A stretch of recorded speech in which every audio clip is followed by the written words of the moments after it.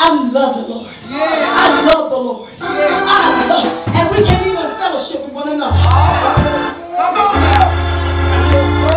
We can't even talk. We can't even speak to one another. We won't do it because of envious, strife, jealousy, hatred, murder. It's right in the house of God. Why do you think that God said judgment shall start in the house of God? Because that's what the hypocrites are. That's what the liars are. That's what the backbiters are. It's not so much of a sinner, man.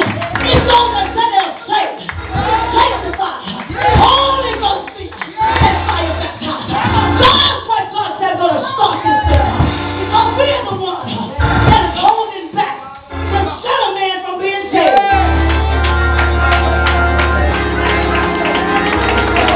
We are holding them back. We are holding them back. Because the old raggedy life that we live every single day. Wherever we go, somebody ought to know somebody that you say. Come on.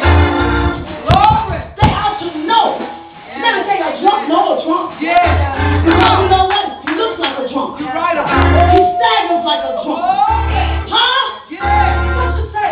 But we as the people of God, we should know one another. I may not know you by name.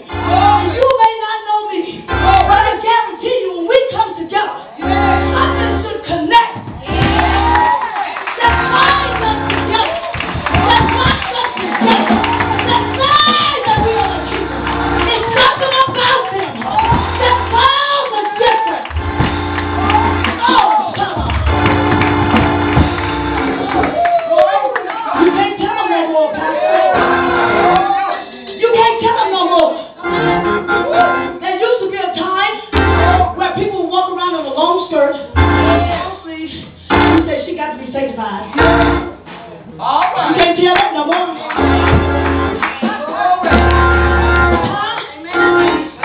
Can't tell it no more. But Saul had a spirit that hatred turned to murder. So therefore, Saul was no more really to be fit to be king. He was no more fit to be king. And once he lost his position, and I'm trying to hurry this thing up. Once he lost his position and being king, the mantle passed. As God was doing it for David, he was emptying this thing from Saul.